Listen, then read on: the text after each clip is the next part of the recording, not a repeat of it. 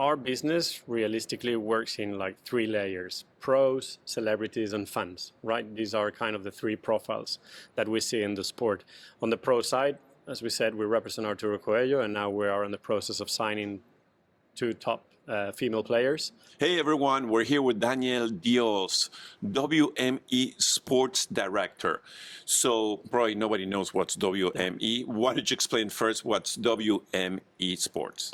Well, nice to meet you guys. Nice to be here with you. WME stands for William Morrison Endeavor, which is the biggest representation agency in the world. So under that umbrella sits players like Carlos Alcaraz, on the paddle division, Arturo Coello, Lewis Hamilton, Charlie Sheen, you name it. We represent everything in the space of the entertainment.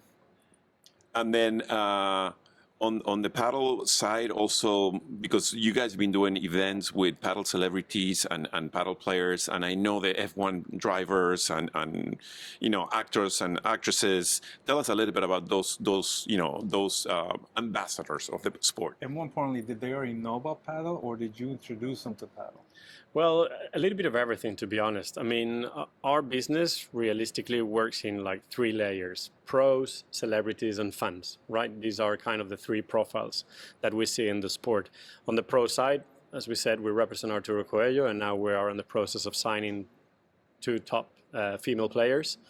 That will be announced very soon. Oh, no, not yet, not yet. Hold your horses. But also there is a very interesting element that on the celebrity space, we have seen a ton of famous people that are in love, as you know, with the sport.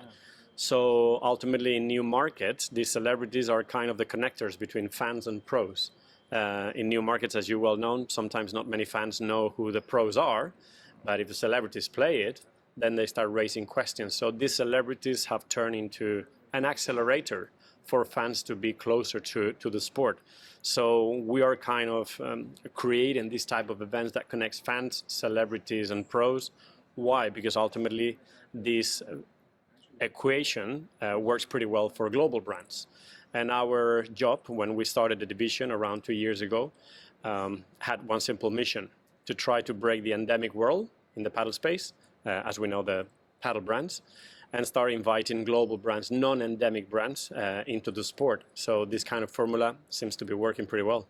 So how in this world did you get Coelho with Rolex and On, which is top two leading brands, luxury brands in the world? It just doesn't happen at night, overnight. I mean, it's a long process. First of all, there is a very strong educational job from our division towards these brands that we currently work with. On the tennis industry, we represent, 45 players of the top 100, and many of them have existing sponsor agreements with On. So we are just basically highlighting the opportunity, respecting differences between tennis and paddle.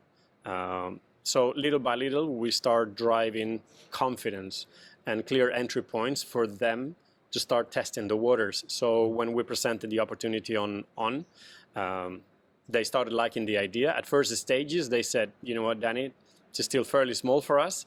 But little by little, they saw that there was a very strong opportunity to take a leading position in the market at a fairly affordable cost compared to other sports. And of course, who better than the world number one, Arturo Coello, to be a global ambassador right after when On made this statement to get into the sport. On and Rolex are fairly close. There's many On players in tennis that are also sponsored by Rolex. So we did the same due to our network with these brands. We built the confidence for them to own a part of the sport with an iconic player, which is Arturo in this case. So, but it didn't happen overnight. I mean, these conversations were ongoing for 1 year at least, until they managed just to step into the sport. And luckily, they are very excited about it, because you have to be careful. From WME, we work with a lot of athletes. So if we are giving the wrong steps, that could get back to us like a boomerang in other divisions of the sport. So we have to be very careful and very cautious about advising for these companies to get into the sport. So, I mean, this is the first beautiful sign, of the growth of the sport. What do you need to see for that to trickle down to the rest of the players? And to the growth of the sport, obviously. Well, I mean, First of all, the good thing that Padel has is that from a participation perspective, it's growing like no other, bigger than any other sport. I mean, 26% annually, multiplying its numbers every 4 to 5 years, 9 clubs being open every day. This is kind of pretty healthy signs. And this is what ultimately connects with global brands and consumers. Brands want to reach end consumers. They might not be able to reach it on the professional side because, as we know, sometimes still the impact of these events at a global scale is limited. I mean, how many people watch Premier Padel in the United States or China or the UK? But how many end consumers are participating in US, in China, in UK? This is the number that is really growing. So creating a strategy that allows these brands to reach end consumers is vital. And for that, of course, intelligence is required. So this is kind of the way in for these brands, high caliber brands, to get into the sport. It's not always just to go through the same vertical, through the same funnel, but just to spot the right opportunity at the right level of this 3-layer pyramid for them to connect with the real consumers. So Daniel, where do you see, I mean, the 26 growth worldwide, it's crazy. Where do you see the United States stands in that growth? It's still early stages. I mean, United States is developing at an infrastructure level, I would say. Still, we need clubs being built outside the leading states, Florida, Miami, Texas. Still, exactly, it needs to reach more states for this structure to be available to participants, and then for participants to take Padel as a regular habit. So it's still, I think, on an infrastructural stage. This is great because this offers the opportunity to business owners, investors, to invest in the infrastructure of the sport, setting the right foundations for the sport, rather than thinking about the gold rush, right? The money opportunity, because we've seen in the past that this can be a boomerang towards these entrepreneurs. So it's a great opportunity for United States to set the foundations of the sport, to really understand how this business operates, and then we will see strong success. But also we will see some failures. I mean, we've seen it before in the past, so people really need to care in the United States to set the foundations of the sport conveniently. Then we're going to see a huge boom, no question about that, as we are seeing, for example, in Asia. Some people are always focusing on the United States, but in Asia, realistically, the sport is booming like no other. In Thailand, in Indonesia, it's unreal. So yeah. So on WME, how fast and how strong it's getting involved into the paddle market? Little by little. We're not rushing. Sometimes when things grow quick, there is a lot of noise. There is a lot of smoke around growth. So we decided just to step back, trust on the long-term project that we have in mind in our pipeline, making sure that we can support those entities, investors, brands that are really here for the right reason, and help them to navigate their way into the sport. Sport is new. Not many brands know how to tackle the sport, so we are there just to support. We're not here just to fight with anybody. That's why on the representation business, we're really going very slow, very picky. It's not our goal just to create fights. And this is how we believe that you create true connections, partnerships, and then mostly how you develop confidence with the main players to make sure that not only we're helping the brands, but we're also helping the sport itself. I think that these big players, this is what the sport also needs, rather than short-term thinking, which is what we unfortunately see very often. So now I see a lot of synergy between the celebrities and Padel, right? And I see a lot of the celebrities receiving Padel. You know, they're receiving it really well. Is that the plan? And how important is that for Padel to grow here in the USA? It's very important. I mean, Padel in that space sits more on the lifestyle space, right? Yeah. And lifestyle is something very appreciated for brands.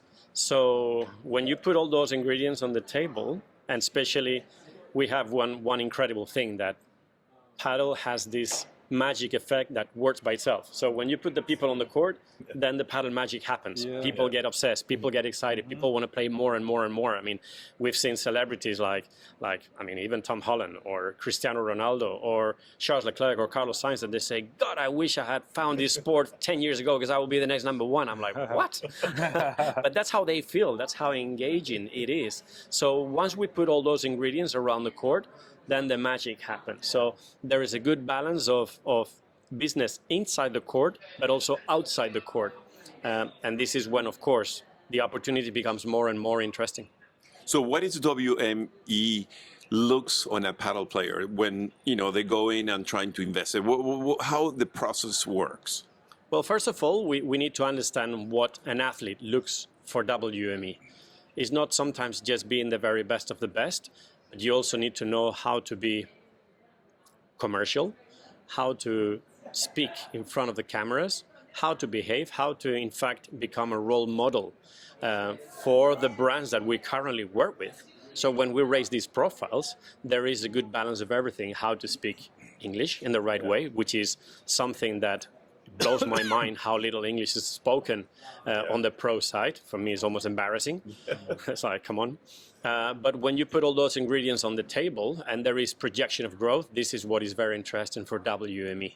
That's why we're being very selective. In fact, our strategy is try to get the very best of the best that matches with what we believe should stand for WME. Arturo is a clear sign for it. I think he created disruption, and that's why now we're seeing these brands being interested in him. As I said, same on the female, but our strategy has gone 3 steps back on that sense. We're going to the next gen. So we are looking for players that are 13, 14, 15, and we will try to help them to be raised with what we believe an athlete should look like. We see them often in the paddle space, but we don't see that profile that often. I think that there is still a lot of room for improvement for athletes to represent what the brands would like to see. So at a young age, a paddle player at 13, 14, what are you guys looking for some of the paddle players there that are looking to work with somebody to represent them? Of course, there needs to be some talent. I mean, without talent, it's difficult. Commitment to the sport, but being a nice person, being a team player, because paddle is, at the end of the day, is a team game, right? If you think only as an individual, so I'm sorry, but without a partner, you are no one. Right. So you need to be kind of the connector also outside the court. And we see when we go into small competitions with junior events, we start seeing those profiles that they play well, but they behave, they support, they encourage. They are the ones that friends connect with outside the court. They respect their parents, and parents respect also the kid's role. This is kind of what we look for. It makes sense when you say it, but there's not that much. So that's why we have, I mean, around 56 agents around the world looking for talent. So we have very selective methods to choose amongst these players. And when we see it, we go for it. There's no question. Might go well, might go wrong. When IMG signed Carlos Alcaraz, they also signed 13 more players. Yeah. And there was only one coming up. It did pay off, right? Yeah. Right. So you never know, but at least you're increasing the chances. So, hot question. Why Coelho and not Tapia? Ooh, that's so... It's impossible. Could have gone either way? No. Okay, you guys saw something in play. And the reason why we chose Coelho is because we believe he's more of a commercial person. Okay. He more cares marketable? About speaking in English. He speaks in front of the TV very well. He's a hard worker. He's a winner. We know that Tapia has an incredible talent, but there are more things behind talent. Don't get me wrong. I mean, if we had the opportunity to sign him, but realistically, we saw in Arturo Coello kind of the perfect profile that resonates as much as possible with WME's philosophy. Fantastic. Wow. Great. Well, we wish you the best of luck. We're going to be looking for you guys. Daniel. And great job with WME and Coelho. We're looking forward to more signings into the brand and coming up with great deals. Thank you.